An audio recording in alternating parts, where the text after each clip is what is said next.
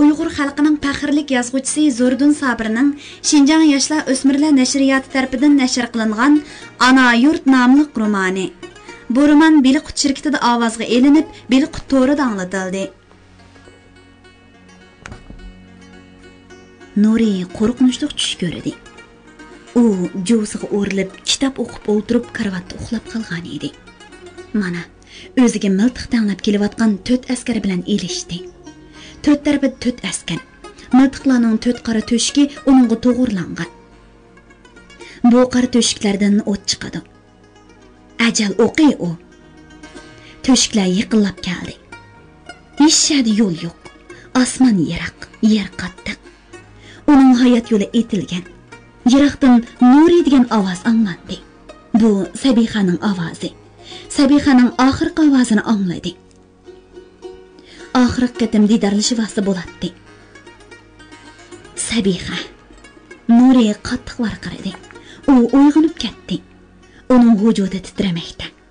Yuragi hozirli ko'kirkidan sakrab chiqib ketadiganday qattiq urmoqda. Sabixaga nima bo'lgandi ha? G'ojamda hech ishonch yo'q. Tutib bergan bo'lsa-chu, cho'qim tutib berdi. Bizning odamlar boshqalarni tutib berib, o'zini saqlashga odatlangan. Saqqilaman desang, yiqillaringni sot demaganmidi hali Haydar degan munofiq. G'ojam uni tutib berdi. Bu tush emas. Ani subhi, saharning tush emas, reallik. U boshqani o'ylamadi. O'yliga, talaga, tar ko'chalardan cho'ng ko'cha qarab yugurdi. Ko'cha jimjit. U yeri bu yerda qo'tur itlar so'kildishib yurishyapti. U suv darvoza mahallasi keldi. O'stangdan quyuq g'o'ri ko'tarilib, suv sharqirab oqmoqda. Baylarning dariza qapqillari yopilgan. Kichik eshiklik uylarda yashaydigan nomratlarning hech nim bilan ishi yo'q. Eshiklari qiya ochiq. Mana tunji odam kiyimlari jo'l-jo'l maylishib ketgan ko'mirchi eshikini puti bilan tepib xonga oldirmoqda. Ana dumbisiga kirxolta ortib olgan yana bir paydo bo'ldi. U suv beshiga Xanzu bozor tarafga qarab oldirab ketib bormoqda. U cho'qim oshxonalardagi tashlangan tomoqlardan yemaklik yiqilamoqdi. Mana bu hayvatlik ovoz bilan shahar ichidan azon anglandi. G'ojam cho'qim bomdodga chiqadi. Madrasaga eldan baray. Nuri yugurib madrasaga, G'o'ja shahridagi eng cho'ng xoniqaga yetib kelganda, Mag'rixonadan Nazina xonim asta tushmoqda edi. Molla Bilal osh peshtaxtda o'tirib, G'azot dar Mülikchin dostonini yozgan ekan, deb pichirlashqim ulgurdi Nuri shu arliqda.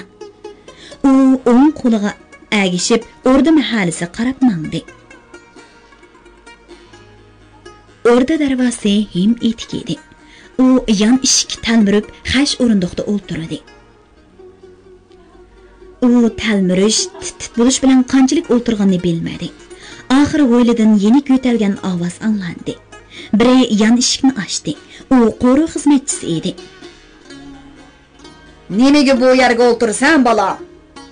dedi tevilg'i supurgi tusilgan pakar, charsaqal odam Nuriga sinchilab qarab. "Sen mo heliq qizning ishi bilan kelgan o'xshamabsan. Shundoq cho'ndada. Katdi." dedi buvay qo'li bilan kumpetishni ko'rsatib. "Oqshomda katgan. Nega? Rasigida Qiyunda Xo'jam Nizarxon Xo'jamlar elib ketdi. Katta qiz o'xshamamdi u, ha? G'oljining kattalar arilishib ketdi, ajab." Nuri hech nimani tushunmadi. U yana bir nimalarni so'ray degicha buvay yer supurishga kirishib ketdi. Nuri ixtiyorsizlik qo'liga tamg'a yo'laklik go'rjakni oldi va yo'ldagi qarzini go'rjashga boshladi. "Yaxshi bolam, yaxshi ishlar. Pulim yo'q. Attiganlik issiq girdi bilan choy beraman. G'ojam chiqmadi." Buvay ortiq bir narsa tushuntirib bera olmadi. Sabixaning mashina bilan ketganligi rost bo'ldi.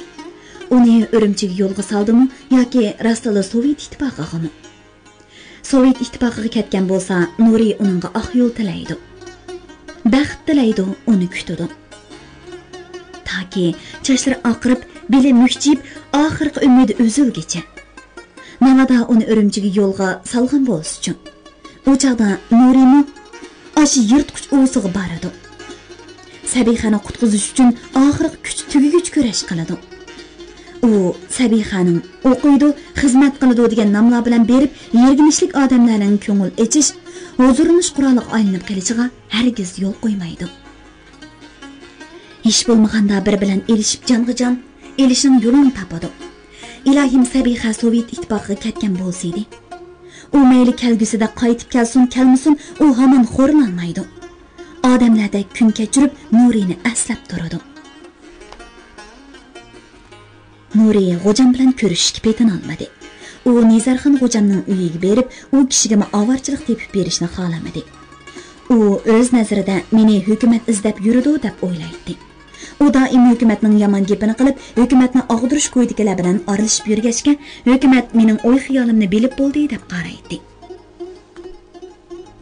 Bo'libmi gimnaziyadan bir necha muallim o'quvchilarni tutib ketgandan keyin uning vahimasi kuchaydi. U doim tutib ketsa qanday qilaman deb o'z-o'zidan so'raydi. Lekin uning javobi aniq emas edi. Ammo u o'zini qattiq qiynash, ocharchilik va uzun muddatlik azobga tayyorlamoqda edi. Qattiq yerda yotadi. Nachar tomoq yeydi. O'yin tomoshaga berilmaydi. U buvayning ching tutib olganiga unamay, Sabihaning xabarini elish uchun Xanzu bozori, harambag'lar bilan aylanib, Sovet konsulxonasining yanidagi Rahimjonlarning uyiga keldi. Rahimjon yo'q. Mo'may Rahimjon qo'rg'asga ketdi deb qo'ydi. Demak, Rahimjon Sovet ittifoqi tarafga ketgan. U 5 tushgan qo'rsqi och holda orqa ko'chalar bilan menib shaharni aylandi. U qanchalik mang'inni o'zimi bilmaydi. Biri uni o'qigandala beshini ko'tarib qaradi. U Nizarxon G'o'jamning qo'g'dixuchisi Musa edi. Kalaskada G'o'jamba, "Man kalaskaga chiq" dedi Musa uni oldirib. Assalomu alaykum. Nuri G'o'jamga salom berdi. Va alaykum assalom, balam, kalaskaga chiq, dedi G'o'jam harvkashning yenini sharat qilib. Men seni maktabingga olib qo'yay. Sening o'qiydigan vaqting bu, balam. Heliqa Abdumar degan do'yuz sizlarga jiq ko'ngil og'riqi tepib beribdi. Qosim Mirab menga hammani dedi, balam. Amdi qo'rqma, Chiusining Urumchiga yo'tkilib ketdi. Bugun uzitib qo'ydik. Tutilganlarni qo'yib etdik. Yo'siling degan bir yaxshi odam G'o'jaga siling bo'lib keldi. U kishi bugun tushdan keyin gimnaziyaga berib so'zlaydi. Sabihachi G'o'jam. Ha, eliqi Abdumarning o'gay qizimi? Ha, shu qiz. G'o'jam qaqoqlab kuldi. U qiz bu chaqqicha Olmutaga yetib bordi. Apsi singlisi bilan belli ketdi. Ular Abdumarning ustidan isyon ko'tardi. Qiyum va G'o'jamlar ularni yo'lga sep qo'ydi. G'o'jam yaxshi qipti, dedi Nuri 10 necha kundan beri tuncha qitim xushal bo'lib. G'o'jamga rahmat. Yaxshi qildimi, yomon qildimi texi ma'lum emas. Chiusilangning tishiga tegib qo'ydik. Oxiri qandoq bo'larkin? Nuriga tag'da ko'ringan ish G'o'jam uchun kichikkina ishkan. Uning nurg'un savollari bor edi, lekin so'rashga petin olmadi. U bir ishni bildi. Uyg'urlarning cho'nglari kichiklarining g'amini yeydi ekan. Bir qizni falokatdan qutuldirish uchun shuncha cho'nglarning o'tirg'i chiqqanligi Nurini hayajonlantirgan edi. Endi bizni tutmamdi G'o'jam. Tutqudek ish qilmay yaxshi o'qinglar balalarim. Sizlar qiladigan ishlar texijiq. U ishlar kelgusida bo'ladi. Anlasam sen balam darslarda yaxshi ekansan. Apriz oyim hadang doim maqtaydi seni. Osiya xonimni ketar chig'ida bizning oyimga seni alohida jiklabdi.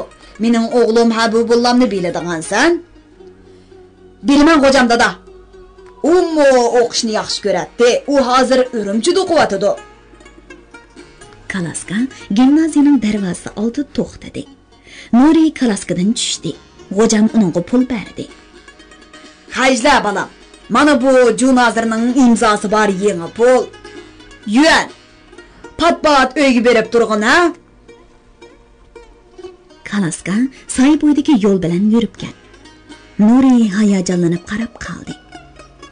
Kalaska o'ng'a, Nuri ko'rqqa burilgandan keyin u 2 qavatlik yotoq binosiga qarab mangdi.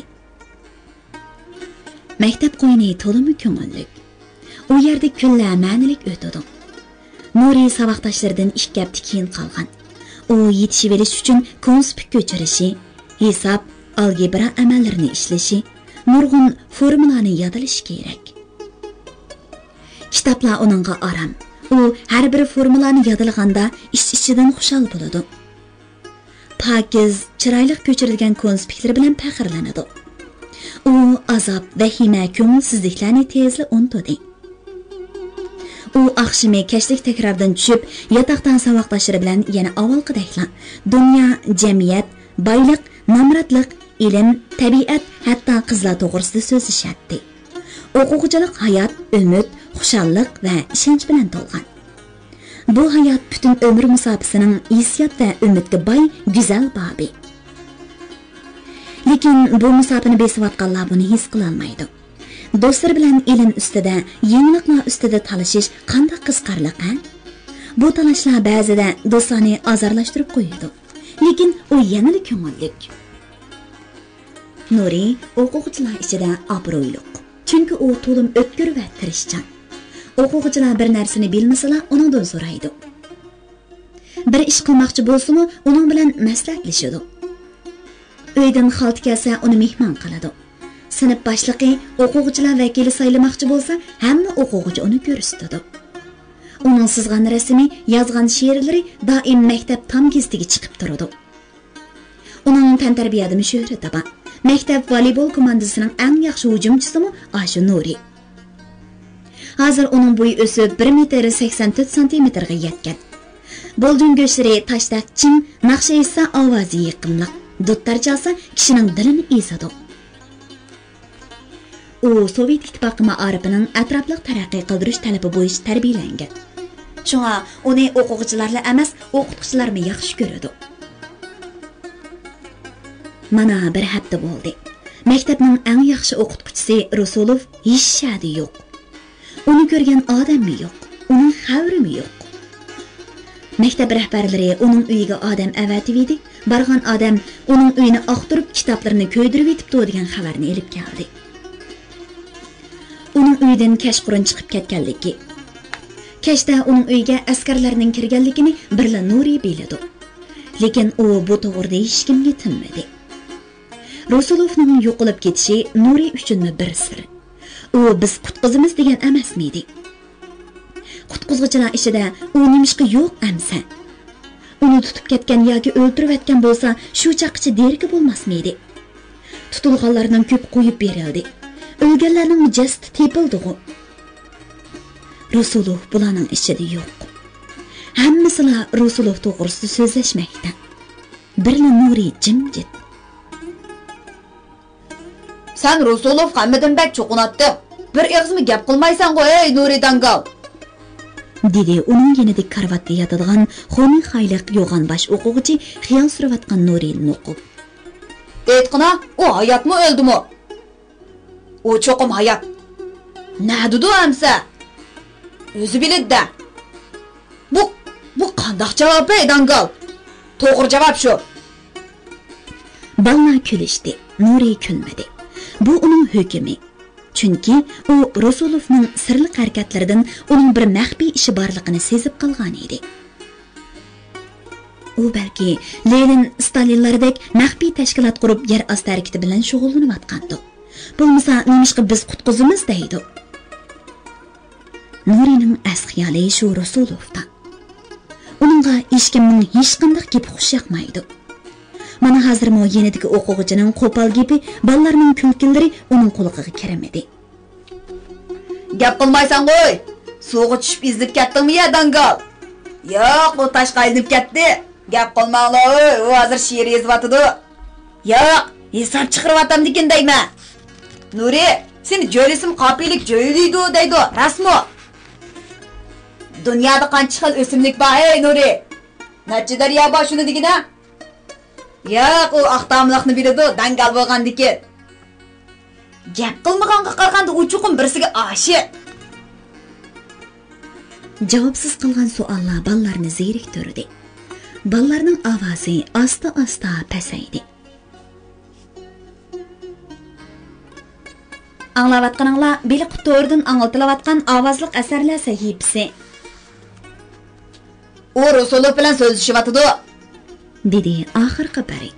Shuning bilan chaqchaq savollar oxirlashdida yotoq jimib qoldi.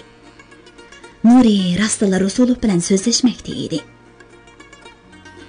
Bizda sotsializm bo'lamdi, apandim. Cho'qim bo'ladi. Kommunistik partiya bo'lmasa bo'laveramdi? Yo'q. Kommunistik partiya rahbarlik qilmasa, sotsializm o'zligidan qurilmaydi-da. Bizdan partiya bo'lamdi. Quriladi. Qachon? Patiqanda. Siz nimishqa Sovet Bolsheviklar partiyasi kirmagan? Qabul qilmadi. Nimishqa? Shartim to'shimiz kerak. Shart chinmi amsa? Chin, nihoyat chin. Bolsheviklarning shaxsiy mulki bo'lamdi. Bo'ladi, lekin ular o'z hayotini xalqning ishiga otavatgan. Ular sabli namratlarmi? Asosan shundoq, ular shaxsiy foyda bilan hisoblashmaydi. Ularning oxirgi maqsadi butun dunyoda odamni odam ezadigan, bir qismini boy bo'lib ko'pchilik namratchilikda yashaydigan nohaqchilikni yo'qotib, kommunizmni amalga oshirish. Kommunizm qanday bo'ladi, muallim? Moddiy boylik cheksiz mo'l bo'ladi. Odamlar qobiliyatiga yarasha ishlaydi, ehtiyojiga qarab ta'minlanadi. Nimani qila olsa, shuni qiladi. Nima lozim bo'lsa, shuni ola oladi. Askar, davlat, millat deganlar bo'lmaydi. Hamma odam bab-barobar bo'ladi. Oila bola-chaqachi muallim. Muhabbat hammadan ustun bo'ladi. Kim kimni xohlas shuning bilan birga yashaydi. Xohlamaganda ayrilib ketaveradi. Ajab qiziqkina, maktabchi. Balki hozirgidek bo'lmas. Odamlar angla qoldi o'zligidan o'qiydigan bo'ladi. Fan texnika bak yuqori darajada taraqqiy qilgan bo'lg'achqa hamma narsalar ilm-fan bilan bo'ladi. Shunga o'qimoqmi oson bo'ladi. O'qish turmushining ehtiyoji bo'lib qoladi. Odamlar tamoq yemasa, uxlimiz bo'lmaganga o'xshash o'qimisin bo'lmaydi. Shunga o'zligidan o'qishga majbur bo'ladi. Nuri anglamagan Rasulovdan angladi. Uning hayot, jamiyat va dunyo to'g'risidagi tushunchalarida ajoyib yangiliklar paydo bo'ldi. Uning xayolidagi jamiyat bilan xayolidagi odamlar atrofdagilar bilan zotli o'xshamaydi. Uningcha birla Rasulov haqiqiy mukammal odam edi. Jamiyat turmush bo'lsa, uning xayolidagidan to'lim yiroq, to'lim farqli edi. Bu xil jamiyatni odamlarni o'zgartirish bir haqiqiy insonning insoniy burchi hisoblanadi. Shunga u o'zini reallikni o'zgartirishda mas'uliyati bor javobgar odam hisoblaydi. Shunga u hayot kurash demakdir degan so'zni doim takrorlaydi. Nuri xiyolida Rasulov bilan uzoq so'zlashdi. Uning bilan qilishgan so'zlarni ichida takrorladi. Navada u biror kelishmaslik yo'liqqan bo'lsa, men uning izini besib yo'lini davomlashtiraman. Bizning Uyg'urlarimizdan 100 nafar Rasulov maydonga chiqsin, har birining 100 dan murti bo'lsa, bizning turmushimizda qanchalik zo'r o'zgarish bo'lar edi, ha? G'ojamlar adil bo'lgan taqdirdami emgakchini tushunmaydi. Sababi ularning qo'llarida bir talma qadoq yo'q. Halovat ularga Xudo bergan ne'mat. Ularning halovati baribir emgakchining qon taridan kelgan. Ular buni iqror qilmaydi. Iqror qilsa, o'zlarining azguch ekanligi iqror bo'lgan bo'ladi. Rasulovning G'ojamlar to'g'risidagi bu so'zlarini eslagandan keyin Nuri Mezarxon G'ojamning 3 darvozadagi katta qo'ru joyi, 40 egizlik do'kon, uydagi bayashatchilik, Apris oyimning qo'l bo'yin quloqlaridagi oltinlarni birma-bir ko'z oldidan o'tkazdi. U bosh oxir yo'q xayol, shirin orzu va kelgusi ishlarning planlari ustida bosh qotirib, qachon uxlab qolganini sezmadi. Dilqut xazinasi. Attiganligi uni tartib mudiri silkib uyg'otdi. Yana yangi bahor, yangi qatalanchilik. Latqitingan o'stangni 200 begilik yerning dehqonlari chepish kerak. Ziyodun 2 kundan beri yo'g'on ketman bilan o'stang chepiyotdi. Anaqaga qarning namiga bu yil oranla 3 xo bug'doy cho'kirib oldi. Bir o'kizni muxtar boy berdi. Birini qamadan kuzlikka oshliq beraman deb oldi. 3 xo bug'doydan 8 xodan chiqsa 24 xo usul chiqadi. Mana hozir uning qo'lida 80 xo yeri bor. Bekardan bekarlar so'laqda yetib, tag'mi-tag' o'g'rilarning kaynidan qatirab yurib ko'rmaganini ko'rdi. kenji o'g'lidan ayrildi. Nazir da'vo dastur qilaman deb mana hozirgacha qarzga bo'g'ildi. Yana 3 xo kenji bug'doy, 3 xo zig'ir, 2 xo solu, 2 put yerga qo'g'on tavuz terimizda bo'lmaydi. Uning qo'lida na uruq, na pul yo'q. Uzunga so'zilgan qish o'gizini quruqdab qo'ydi. Qama ho'ylidan mallarni haydab ko'klamga ko'chib edi. O'gizda shaxtdan boshqa hech nima qolmadi. Halab bermasa o'kizlar sapan so'rayolmaydi. Yerdan 20 xoni ijaraga bermasa, kuzlikka 21 xodanga nimani to'kidi. Qarz varqiga 2 qo'y ketdi. Shuning bilan Muxtar boy bergan oxirgi qo'ylarni tugidi. Hozir 4-oy. 8-oyda bug'doy pishadi. Yangi oshqa yana 4 oy bor. Ozuqliq uchun Aralla 3 put bug'doy bilan 3 shing teriq qoldi. Ular Aralla 1 oy yetadi. Qolgan 3 oygacha. U ketmanni teqini qisib, o'ruqlab qolgan bo'z atqa singayan o'tirib, o'stan yaqlab ketgan chig'ir yo'l bilan ketib o'tib, o'zining oqshomchali qolgan xiyolini davomlashtirmoqda. Dara imomning uyida 3 oylik malay bo'lsam deydi. Uruqni qo'shni chiqarib 3 xo bug'doy haydab bergudak. Uning ustiga yana bir chimozay bergudak. Amdiza balamni Qashqaliqqa malayliqqa beramdiman. Muxtar akam anglasa qamchilashdan yanmaydi. Bichara, ajab kuyimchangu. Aysa shan yokamlamo dadamning uruq pushti turib ustimdan tuhmat qilib necha solatdi. Nizarxon xo'jam qasamga qistimgan bo'lsa, nimalarni ko'rsatdikin tang? U qazxonadagi ishlarni esladi. Qasam ichamsiz Shangyo'l? deb so'radi Alama xonim. Qap-qar saqali, sarg'och sallisi, oq yuzlik chiroyiga yarashgan odam Aysa Shangyo'ning ko'ziga tikilib turib. İçimen taqsir, yer meni. Rasmo. Qasam ichiman Alama xonim. Shariatda 3 musulmonning guvohligi bar turib qasam ichgan odam munofiq bo'ldi Shangyo'l. Mana buni arzga 34 odam. Yer Ziyovuddinni Shangyo'm egilib olgan, danni 3 yil to'kmagan. Bu javobgarlikni Shangyo'm Ziyovuddinga tuhmat qilib ortib qo'ygan deb imzo qo'yibdi. Aysa Shangyo munofiq degan so'zni anglab g'alildab titradi va Ziyovuddinning tizlari qo'lini qo'yib yig'ladi. Meni kechir qarindishim. Yer sening dadangning miros qoldirgan ot, qo'y qolunlarim bor, hammani beraman. Ziyovuddin birdilla dili iyirdi. U Shangyomni qo'ltiqidan yulab, qozixondan billi chiqdi. Xuddi hech bo'lmagandek. Sening mening degichilik nimasi bor deysan aka? Mana, uqishmaslik tugidi. Yer meni, sizlar terigan danni to'kisizlar. Buningdan keyin yer menga o'tdi. Endi yerning danpallari mening gadinimda, dedi. U o'zining begunoh yegan tayoq, tortgan azoblari va uning sababidan butun shaharda yuz bergan ishlarning hammasini uqishmaslik deyishga chin ko'nglidan rozi bo'ldi. Mana u shuning uchun o'stan chapmoqda. 80 xo'yarning xo'jayini bo'lg'ashqa u eg'ir ketman bilan toki ko'sim dongdan o'tkicha o'stan chepishi. Boshqalar bir ketman latqa tashlasa, u bo'ydan egiz qirg'oqlarga 10 ketman latqa etish kerak. U shunday qilmasa qarzini ado qila olmaydi. Shuncha yerning xo'jasi bo'lsin, yeydig'ini uruqliq sapallarimi yo'q bo'lsin. Uni ozdab, balsi boshqalarga malay tursin dehi. Dadisining Rayhonning ro'yi qo'rinmamdi. Bunday qilsa uning ar bo'lganiga hamma odamlarni to'qimamdi. Yo'q, bilan chakarga berishga hargiz bo'lmaydi. Qaynonasi to'la yig'lab ahlidan ozdi. Mana 2 yoshga amdili kirib tatliq tili chiqqan qizimi endi uning yenida. Ziyovuddin talog'i chiqsa uyga kirsa xotin. Xemir yo'g'irib qo'tirmas saladi. Kava yongyo'g'a kala go'shini aralashtirib qo'rdoq etdi. Qo'shnilarining uyiga ustga qacha akirib qo'yish, bir selim, yarim selim choy tilash, qizini pat-pat yo'yib, pokiz kiyindirib, arkiltib xushal qilish, to'g'ularga dan chechish, suv akirish, kul elish, uy supurish, qacha yuyish, Texi çönek otaş, voy, onun işinin jiqliqi.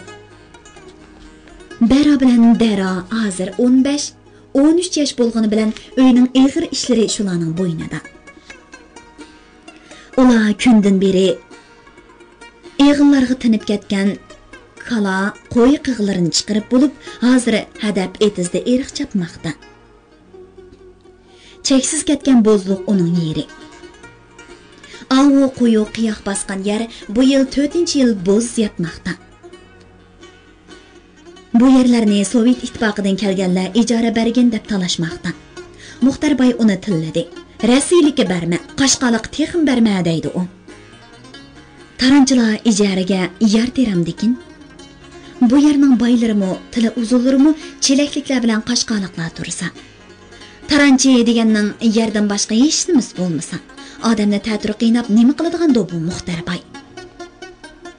Hadisli Qashqaliq, rasiylik, taranchi deydi ekan. Heliq turmida Ziyovuddinning beshini salgan soqolliq mollam Qashqaliq. Heliq gap qilmaydigan Qopqiyaman apandi rasiylikkan. Ularning yaxshini men bu yerda tugul shahardami ko'rmagan. Ular Shingdobanni o'lgidek tillaydi ekan.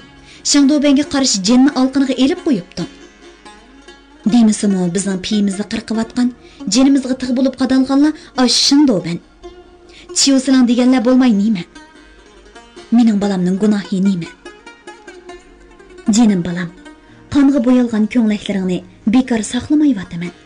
Qonga qon, jonga jon olmasam, men dada bo'lmay ketay. Uning ko'zlaridan taramlab yoshlar to'kildi. Yoshlar qo'ruq basgan o'ruq mag'zini yo'yib o'tib, oqirishga boshlagan sarg'ush, shalom burdini, turmaga kirgandan beri ustiri tegmagan enaklarini qoplagan, seriqidan eqi to'li soqollarini aralab o'tdi. Tomirlari ko'pishib turgan yo'g'on yirik qo'lning dumbisiga tushdi. U etini asta devitib qo'yib, ko'zini barg'ansir o'rlayotgan quyoshga yo'tkadi. Atrof yashirishga boshlagan. Qirlar ko'kargan.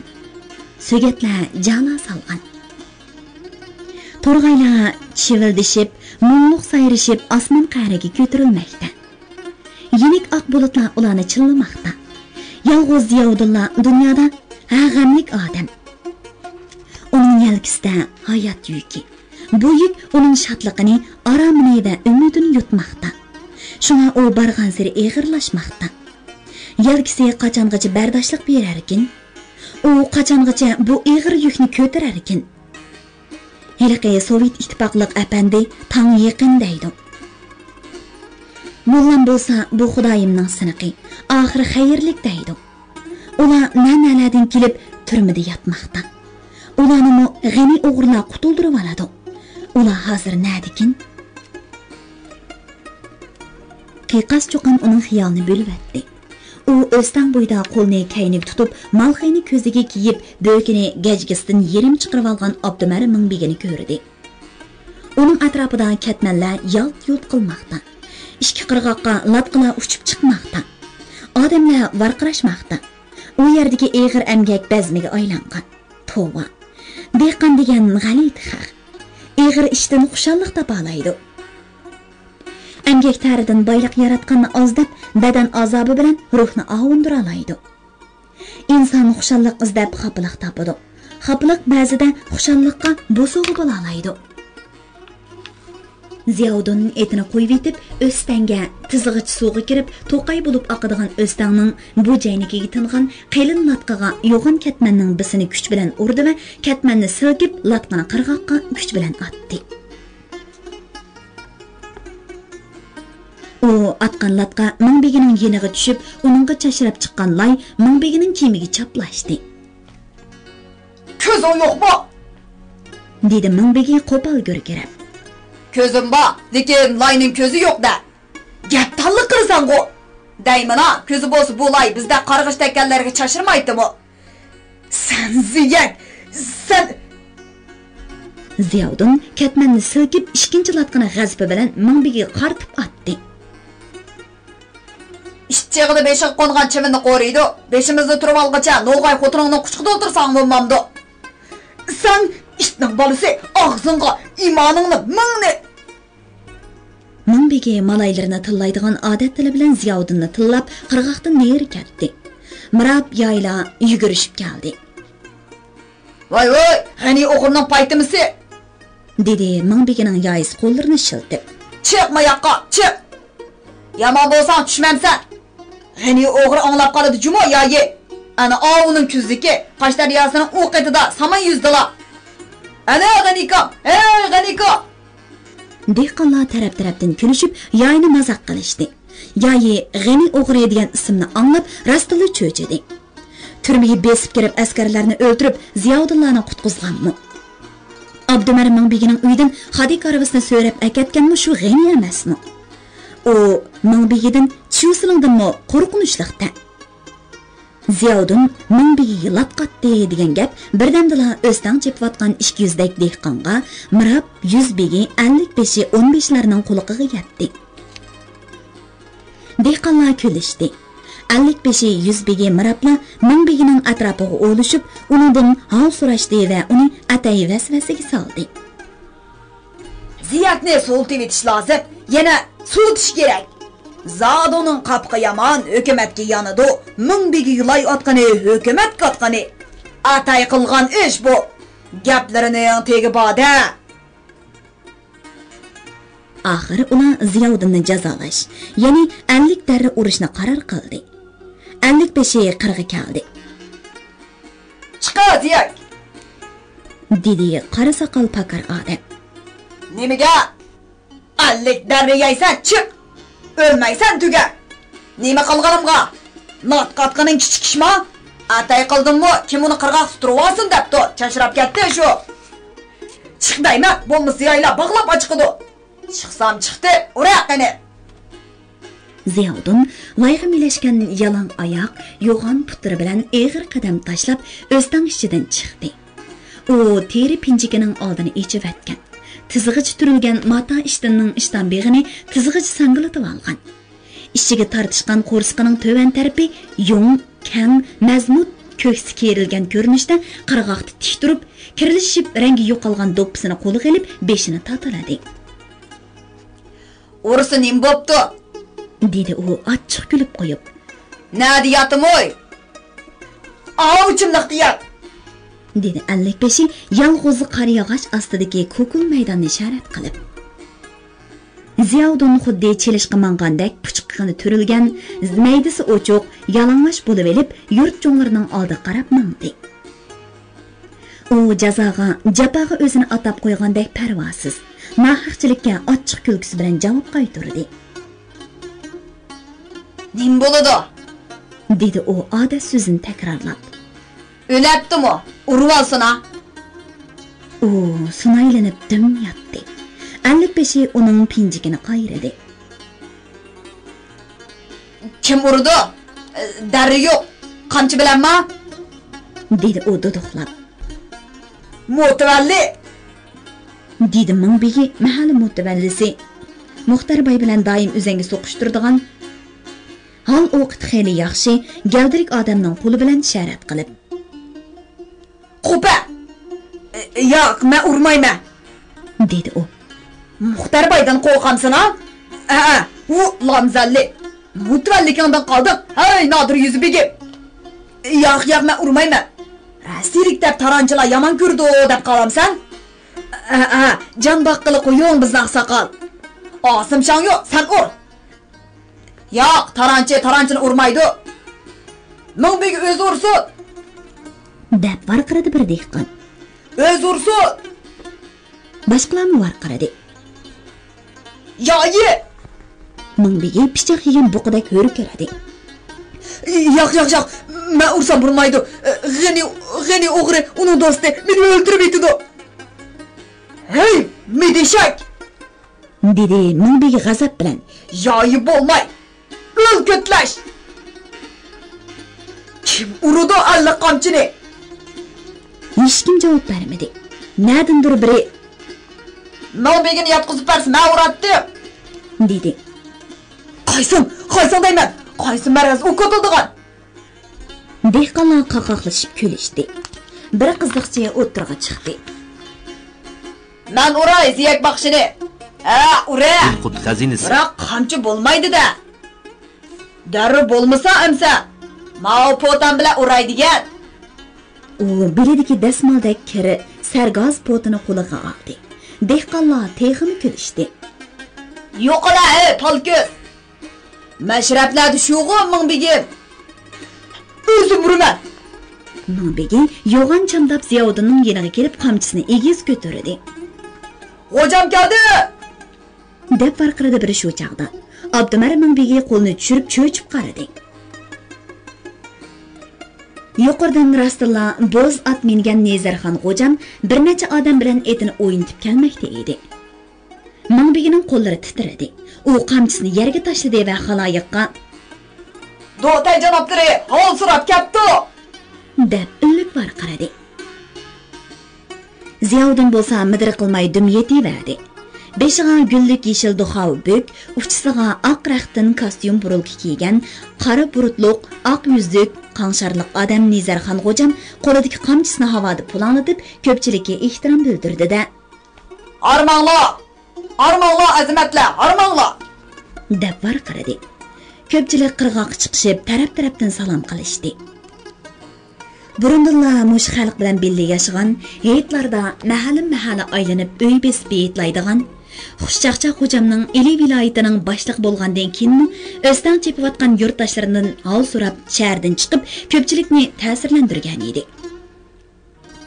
Heliqi palko'z chaqchaqchi xo'jamning bir qiziq ishiga beg'ishlab yozgan ikki misra she'rini varqirab o'qidi.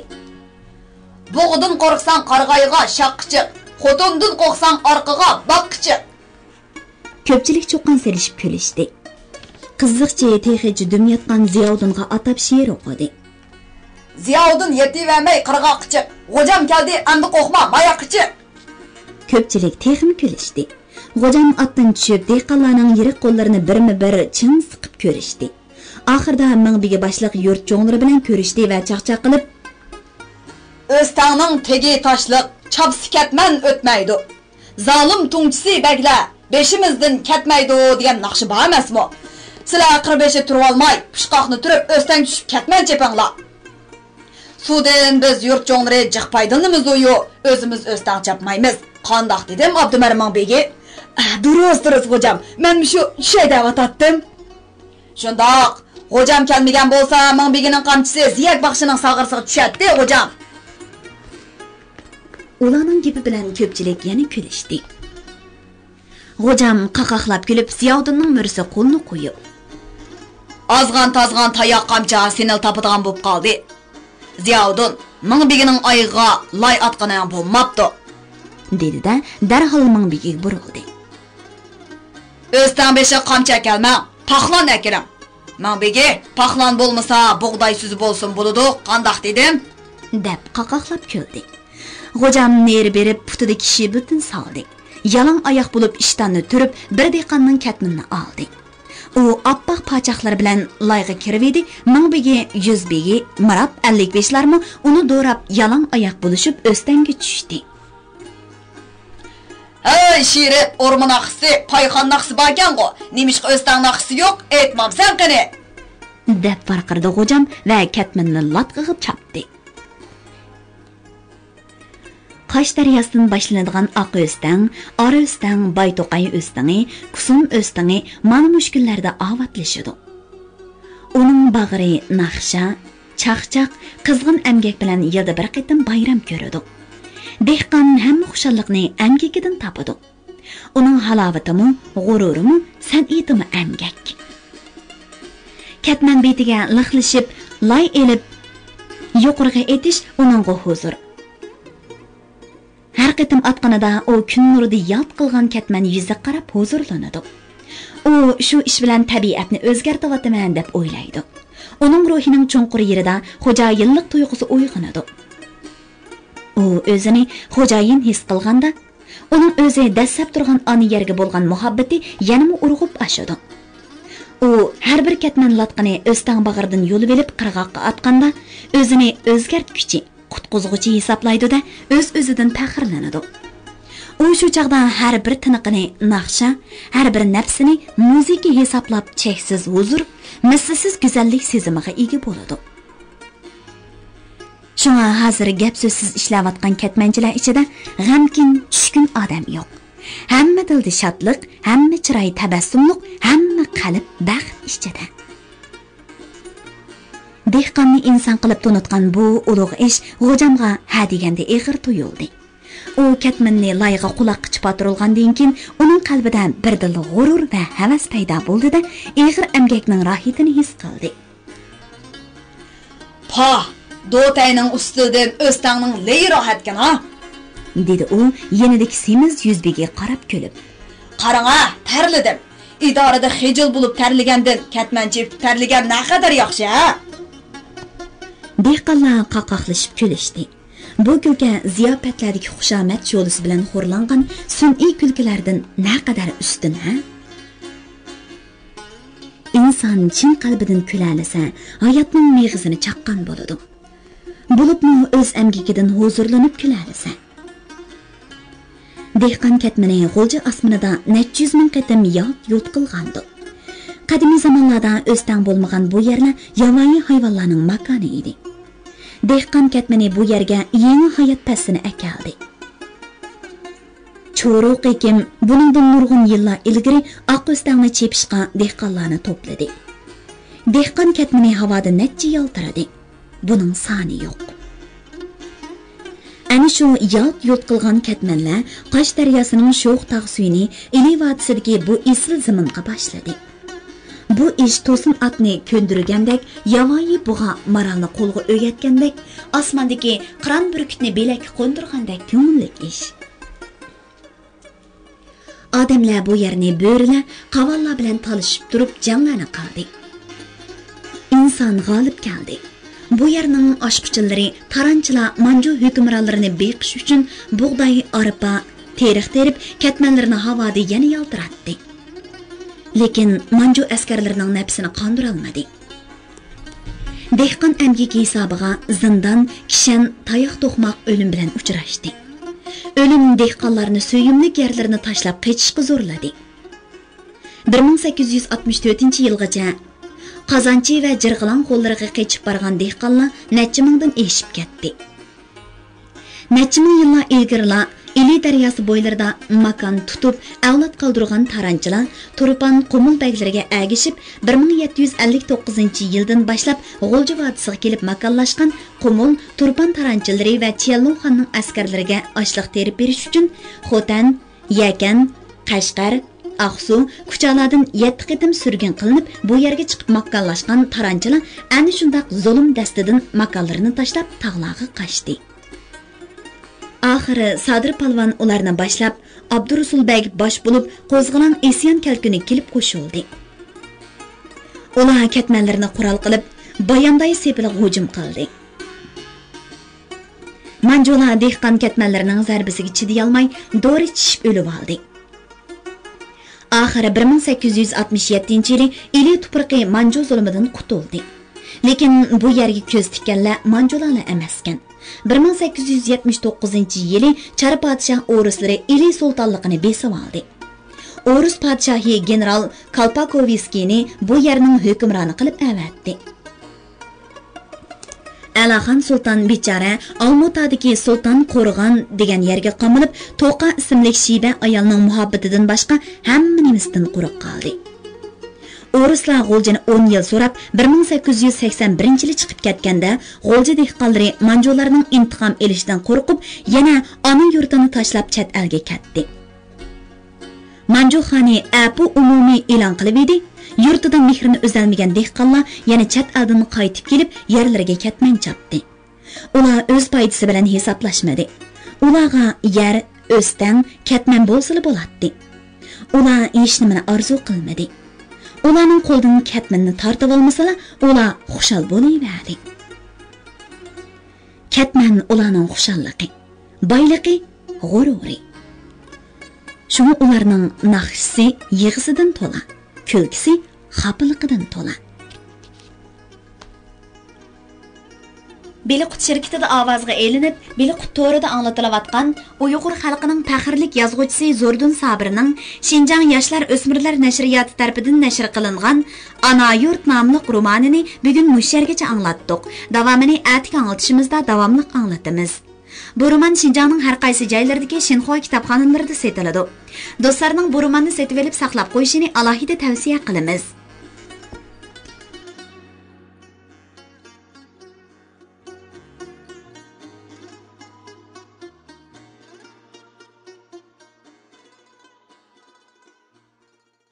Bilqut xazinesi Uyg'ur xalqining urf-odat, mashhur shaxs, tibobat, maqol tamsil, cho'chak, rivoyat qatorliq Uyg'ur madaniyat xazinasidagi bebaho go'rlar.